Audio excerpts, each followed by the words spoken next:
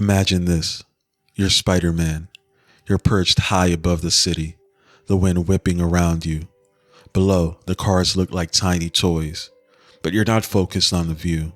Your eyes are locked on someone else, someone dangling precariously far below. It's Gwen Stacy, and she's falling.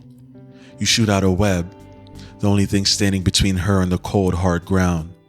You feel the sickening snap as the web connects, but it's too late. The world stops for a split second, then the weight hits you. Not the physical weight of a falling body, but the crushing weight of failure, of loss. The weight of knowing you've just failed the person you love the most. It's a moment that echoes through comic book history. Today, we're talking about the death of Gwen Stacy. It's not just about one character though. It's about how comics changed, how they grew up, and how they started taking some serious risks. To really get to why Gwen's death was such a big deal, we gotta rewind a bit to the silver age of comics. Think the late 50s and 60s. This was a time of optimism, of big ideas and, let's be honest, kinda cheesy stories. Comics were aimed squarely at kids, so you had a clear-cut good guy, over-the-top villains with wacky schemes, and happy endings were pretty much guaranteed. It was a simpler time, you know? Spider-Man, created by Stan Lee and Steve Ditko, was a bit of an outlier even back then. He had real-world problems, money troubles, family issues, girl issues, but he still operated within this generally optimistic framework. He cracked jokes while fighting bad guys. Even though he had his share of angst, things usually worked out for him in the end. His love life was relatively simple too. He had Betty Brant at the Daily Bugle, a classic damsel in distress type, but nothing too serious. Then comes Gwen Stacy. She's introduced as Peter's classmate at Empire State University, and she's a breath of fresh air. She's smart, independent, and not just a damsel waiting to be rescued. She's a real character, with her own personality and motivations. She and Peter develop a genuine connection, a real relationship, which was actually pretty rare for comics at the time. Their relationship wasn't always smooth sailing, of course. Peter's double life as Spider-Man constantly got in the way, causing misunderstandings and heartache. But through it all, there was a real sense of love and commitment between them. Gwen wasn't just a plot device, she was a major part of Peter's life. But the world was changing, and so were comics. The late 60s and early 70s were a time of major social upheaval. The Vietnam War, the Civil Rights Movement, counterculture. It was a period of questioning authority and challenging the status quo. And this spirit of change found its way into comics. The Bronze Age was all about bringing more realism and relevance to superhero stories. They started tackling real-world problems, exploring complex moral issues, and showing the darker side of humanity. It wasn't all sunshine and rainbows anymore. Comics were growing up, and they were taking their readers with them. This is the world Gwen Stacy's story would ultimately play out in. Enter Norman Osborn, the Green Goblin, Spider-Man's most personal and twisted foe. He's not just a generic villain, he's a reflection of Peter's own anxieties and fears. And in Amazing Spider-Man 121, he takes things to a whole new level of messed up. Driven completely insane, the Goblin kidnaps Gwen, taking her to the George Washington Bridge, or the Brooklyn Bridge, depending on who you ask. It's a long-running debate among fans. He uses her as bait to lure Spider-Man into a final devastating confrontation. The stakes were higher than ever before. The battle on the bridge is brutal. Spider-Man fights with everything he has, but the Goblin is relentless.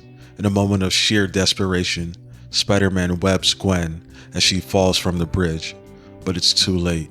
The sudden stop from the web, the whiplash, it breaks her neck. This wasn't some heroic sacrifice or a clean, action-packed death. It was messy, it was tragic, and it was shockingly real. Gwen Stacy, Peter Parker's first love, was dead, and comics would never be the same.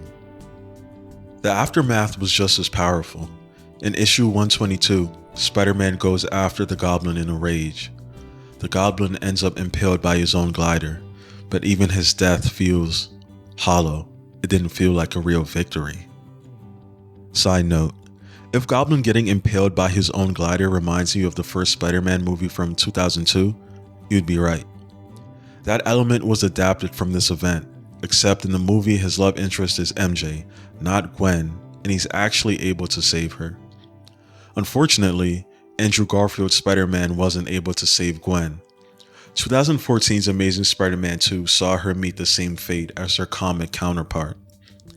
This event is such a defining moment for the character that two separate film universes of Spider-Man depicted it in one form or another. The only thing saving Gwen from the Spider-Verse movies at this point is that she's from an alternate reality where she was the one who was bitten by the radioactive spider, and not Peter. So she gets to live. For now, at least. The reaction was intense. Fans were outraged, heartbroken, confused. They couldn't believe Marvel had killed off such a beloved character, especially in such a brutal way. Letters poured into Marvel's offices, some praising the bold move, others condemning it. There were even threats of boycotts. This wasn't just about losing Gwen, though. It was about shattering the illusion of safety in comics. It showed that even the good guys could fail, that consequences could be permanent. It was a clear signal that the Silver Age was over, and the Bronze Age was here to stay. This event opened the door for a more complex storytelling element for comics, more mature themes, and yes, more character deaths.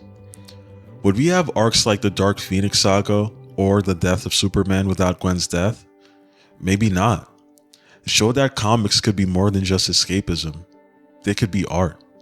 For years, fans have debated the exact cause of Gwen's death. Was it the fall itself? Was it the sudden stop from the web? Some have even done the math, analyzing the physics of the situation to determine what would have actually happened. The truth is, the comic itself is ambiguous. It doesn't explicitly state the cause of her death, but the implication is clear. Spider-Man's attempt to save her inadvertently led her to her demise. This adds a layer of tragedy to the story, highlighting the burden of responsibility that comes with being a superhero. Even though she's gone, Gwen Stacy's presence is still felt in the Spider-Man universe. Her death continues to haunt Peter, shaping his decisions and reminding him of the stakes involved in his life as a superhero. And in recent years, Gwen has made somewhat of a comeback in the comics. With the introduction of Spider-Gwen, an alternate reality version of her will become Spider-Woman. This has given new life to the character and shown her enduring popularity. The death of Gwen Stacy wasn't just a shocking plot twist. It was a cultural moment that changed the course of comic book history. It marked the end of an era and ushered in a new age of realism, complexity, and consequence. It's a story that continues to resonate with readers today, a reminder of the power of storytelling and the enduring legacy of a single, tragic event. If you like that video and want to see more videos diving into comics history, hit the like and subscribe buttons, and I'll catch you in the next one.